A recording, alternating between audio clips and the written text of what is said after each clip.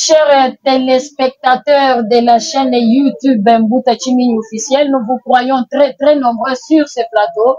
C'est dans le compte de l'émission Parole aux femmes leaders. Parole aux femmes leaders à Kananga, dans la province du Kasaï central. Nous allons accorder la parole aujourd'hui à Madame Olga Bamboyo. Elle est chargée de la cellule de santé au sein de l'ONG Mental Positif ici à Kananga, dans la province du Kasaï central. Madame Olga, bonjour. Bonjour, Maman Jacqueline. Vous êtes médecin sur cette ville de Kananga. Est-ce qu'il y a quelque chose que j'ai oublié à votre présentation? Non, maman. Merci beaucoup pour cette précision à la présentation de Madame Olga, docteur de son état.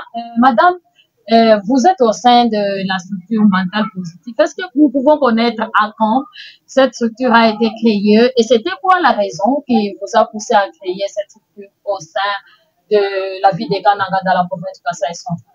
Merci beaucoup, Maman Jacqueline, pour la parole. Ce qui nous a poussé, premièrement d'abord, l'ONG Mental Positif a fait jour officiellement en 2023. La création de cette structure est l'objet d'un constant triste fait dans notre communauté suite à la présence élevée de femmes et de jeunes filles victimes de troubles mentaux répandus dans notre communauté, dont leur traitement qui leur est infligé. Les facteurs socio-économiques qui est caractérisé par la pauvreté, qui fait que beaucoup de gens soient tristes à tout moment dans notre communauté. Les violences et conflits faits dans notre communauté. Ces constants révèlent que tout le monde paraît avoir un problème mental. C'est depuis l'année 2020 que notre visionnaire a commencé à réfléchir sur les causes de ces constants. Madame, je vous ai entendu parler seulement des femmes et des filles, mais dans cette province, les violences peuvent être aussi faites auprès des hommes. Mais pourquoi vous parlez seulement, vous touchez, votre cible, c'est seulement les femmes et les filles?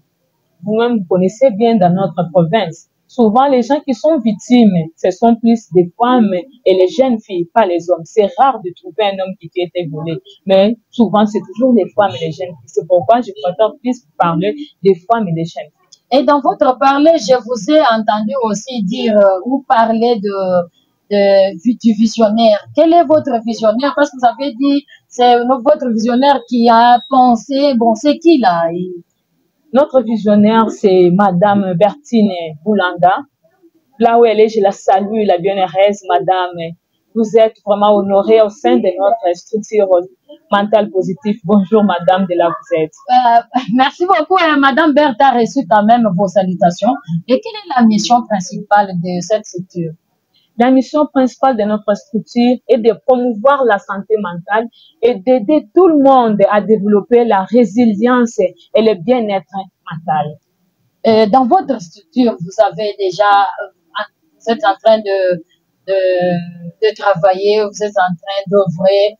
Est-ce que vous pouvez nous dire les défis à relever depuis que vous avez implanté cette structure jusqu'à présent? Quels sont les défis à relever? Vous savez bien que personne ne peut pas créer quelque chose pour ne pas avoir des défis au sein de son entreprise. Le premier défi que nous avons eu à notre ONG mental, c'est l'obtention des documents logos, qui fut un défi majeur, car tout s'est fait avec l'argent. Sans l'argent, on ne peut pas faire quelque chose. Vous-même, vous savez, dans notre milieu, surtout ici précisément à Kananga, pour trouver de l'argent, pour faire quelque chose, il faut beaucoup se battre. C'est le premier défi que nous avons eu vraiment dans notre structure ONG mentale. Et le deuxième défi que nous avons eu, ce sont des financements. Nous n'avons pas l'accès au financement. Nous n'avons pas d'accompagnement. Ce sont vraiment les défis qui nous touchent vraiment au cœur au sein de notre structure. Et puis, avoir une adresse physique pour tenir l'administration ainsi que recevoir toute personne qui se trouve en difficulté. Vraiment, au sein de notre ONG mentale, nous travaillons avec amour. Mais parce que si vous n'avez pas l'amour, vous n'avez pas la volonté, vous ne pouvez pas travailler. Parce que mettre quelqu'un dans cette ONG, vous n'avez pas de moyens, vous n'avez pas de l'argent, quelqu'un qui peut y être en train de vous soutenir. Personne ne peut pas venir travailler. Vous-même, vous savez, ici chez nous, et surtout nous les Congolais, quelqu'un ne peut pas venir comme ça et te dire, tu peux travailler en bénévolat. C'est pas, ne se fait pas. Ça ne se fait pas, maman. Madame, vous avez raison, mais vous avez parlé d'un local, c'est-à-dire que vous n'avez pas de local, mais vous êtes en train d'œuvrer. Où est-ce que vous vous rencontrez? Pour le moment, nous nous rencontrons au niveau de notre, je peux dire, là où se trouvait l'ancienne résidence de l'ONU, MONUSCO. C'est là où nous avons eu quand même une résidence, c'est là où nous nous trouvons avec nos membres. Mais avoir des personnes pour venir nous rencontrer là-bas, il faut avoir des moyens. Toi, tu peux être là, tu es malade. Tu veux me voir s'il y a une difficulté. Tu veux que moi, je puisse te prévenir avec des soutiens. Si je n'ai pas de soutien, toi, tu peux venir me voir. Tu ne peux pas venir me voir. Ce sont les défis que nous sommes en train de rencontrer au sein de notre ONG. Donc, votre local n'est pas tellement à même de recevoir les clients, surtout les malades, comme vous êtes chargé de la santé, surtout les malades. Bon, quelles sont les activités que l'ONG Mental Positif a déjà menées depuis votre création? Ce que vous comptez mener dans les jours à venir? Nous avons déjà réalisé beaucoup d'activités dans notre province du Kasaï central, en généralement ici particulièrement dans la ville de Kananga. Nous avons les soucis de réveiller la conscience de chacun sur la santé mentale. Nous avons déjà réalisé beaucoup d'activités dont la sensibilisation, les conférences, afin de porter le haut la voix sur la thématique de la santé mentale. Donc, quand vous menez des activités comme ça, c'est-à-dire que vous pouvez avoir quand même un appui de l'extérieur. Vous en avez? On n'a pas un appui de l'extérieur, maman. Nous souffrons, nous faisons, c'est pourquoi je vous ai dit ici, tu ne peux pas travailler comme ça, on te dit, maman Jacqueline, aujourd'hui tu dois aller voir telle personne, il n'y a pas de transport, il n'y a rien, toi-même tu dépenses de l'argent pour y arriver. Il faut avoir un grand cœur, il faut avoir l'amour pour sa communauté. Mais vous êtes en train maintenant de recevoir les malades, parce que vous êtes, moi je parle de votre domaine. Oui. Vous recevez des malades peut-être à chaque moment, mais est-ce que vous avez des matériels? Vous avez des matériels suffisants ou spécifiques pour bien traiter, accueillir ces malades-là, les traiter, les tester, et ces matériels-là sont à votre disposition, ou vous les faites aussi comme ça? Il est inconcevable que quelqu'un puisse travailler comme ça sans avoir de matériel. Nous, certainement, on ne peut pas être dans un domaine pour ne pas avoir des règlements. Notre mental positif a des outils et il continue à travailler sur pied pour que nous puissions adapter ces outils aux besoins de notre communauté. Oui. C'est-à-dire que si les malades arrivaient dans votre structure et qu'ils vous rencontraient, vous serez à même de les tester comme il se doit. Oui, oui. Félicitations, madame, parce que vous êtes quand même à mesure de recevoir un malade et le traiter. Je parle surtout d'un malade mental, hein? Oui, oui. Ouais, parce que, oui. Parce que vous traitez aussi des malades mentales. Je vous vois là-bas, vous avez écrit santé mentale. Oui. C'est-à-dire que vous devez traiter seulement les malades mentaux. Pas seulement les malades mentaux. Même quand vous êtes là, vous avez des difficultés, vous avez des problèmes dans votre maison. Peut-être vous avez un problème, vous n'avez pas quelqu'un avec qui vous pouvez partager avec. Mais si vous m'appelez, moi, vous avez un problème, on peut partager, puis je peux trouver solution. Mais c'est dans les mentales. Oui, oui, oui, oui. Ah oui, madame, est-ce qu'il y a une différence entre la personne qui souffre mentalement et la personne normale? Parce que moi, là, vous pouvez me dire, vous venez de le dire que moi, je peux avoir un problème et je viens maintenant vous voir. C'est-à-dire que je suis aussi malade mental. Normalement, mais pas physiquement. Normalement, il y a une différence entre quelqu'un qui souffre mentalement et celui qui souffre normalement. Parce que, je vous donne le cas de Katouambi. Vous êtes là, vous partez à Katouambi, parce qu'à Katouambi, on ne trouve pas seulement les gens qui ont des malades mentaux. Tu vois, dans l'entourage, là, il y a aussi des enfants qui souffrent aussi normalement, comme la malaria, il peut aussi partir là-bas, on le prend aussi en charge. Quelqu'un qui a un malade mental, vous voyez comme nos enseignants. Nos enseignants ne dorment pas. Ils lisent beaucoup. Même nous aussi, les médecins, nous souffrons mentalement. Parce que je peux y être là, j'ai un syllabus à lire, j'ai un TP à les présenter, j'ai un examen, j'ai un malade qui me complique beaucoup à l'hôpital. Je ne sais pas quoi faire. Ça me travaille psychologiquement. Ça peut même développer la dépression à moi. Tu me vois là en cours de route, je commence à parler comme un fou, comme une folle. Tu vas te dire, mais comment ce docteur Olgué comme ça? C'est-à-dire, quelqu'un devait dire, elle a touché au fétiche parce qu'elle ne connaît pas c'est quoi ce que je suis en train de souffrir dans mon cœur. Si tu viens tout près de moi, tu as du courage, tu me demandes, là tu peux avoir une solution. Mais comme vous aussi, quelqu'un qui souffre normalement, quelqu'un qui a la malaria, c'est quelqu'un qui souffre aussi comme ça, parce que quand tu le vois quelqu'un qui est en train de partir à l'hôpital, il y a des cathéters, il se sent très mal, il te dit, pourquoi moi je suis aussi malade comme ça? Mais il est différent de celui qui a beaucoup de problèmes dans sa tête, il parle à chaque fois, tu le vois en cours de route, il parle de n'importe quoi. Qui n'est pas faux, hein? Qui n'est pas faux. Merci beaucoup, madame. Et depuis la création, vous avez dit que vous avez créé Mental Positif en 2023. Et maintenant, vous pouvez nous dire les difficultés que vous avez rencontrées depuis la création de l'ONG Mental Positif jusqu'à présent. Quelles sont les difficultés que vous avez déjà rencontrées au sein de votre structure? Les difficultés ne manquent pas.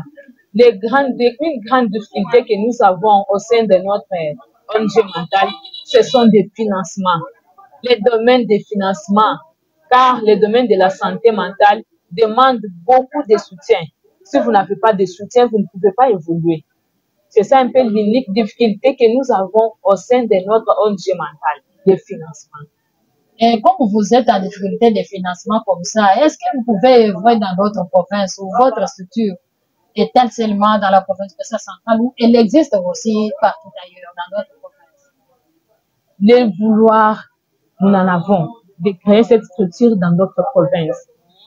Mais à l'instant, nous sommes ici dans la province du Kasaï central.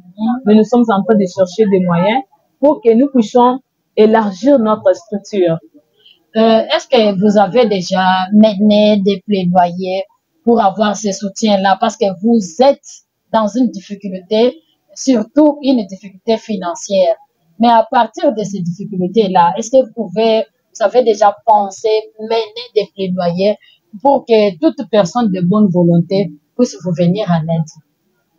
Avant d'abord de répondre à votre question ici, je vais encore retourner à la question que vous m'avez posée, si notre structure est déjà répandue dans d'autres provinces. Cette volonté en a. Dernièrement, le 30 octobre de ce mois, au village de Bouchiko, oui, on a vu un père qui a perdu sa femme.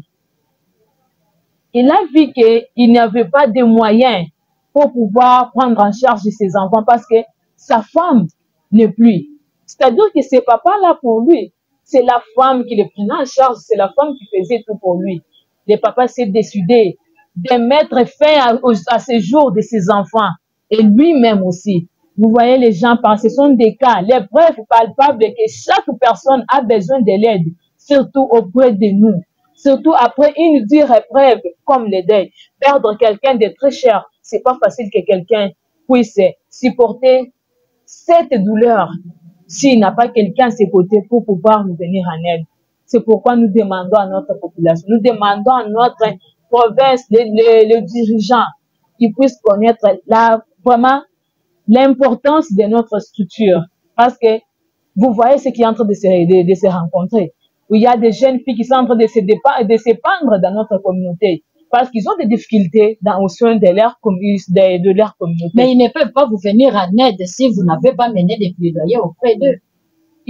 On a déjà mené beaucoup de plaidoyers. On a déjà fait. Mais le premier, l'essentiel est celui de l'intégration de la santé mentale dans toutes les politiques et stratégies de notre pays à tous les niveaux.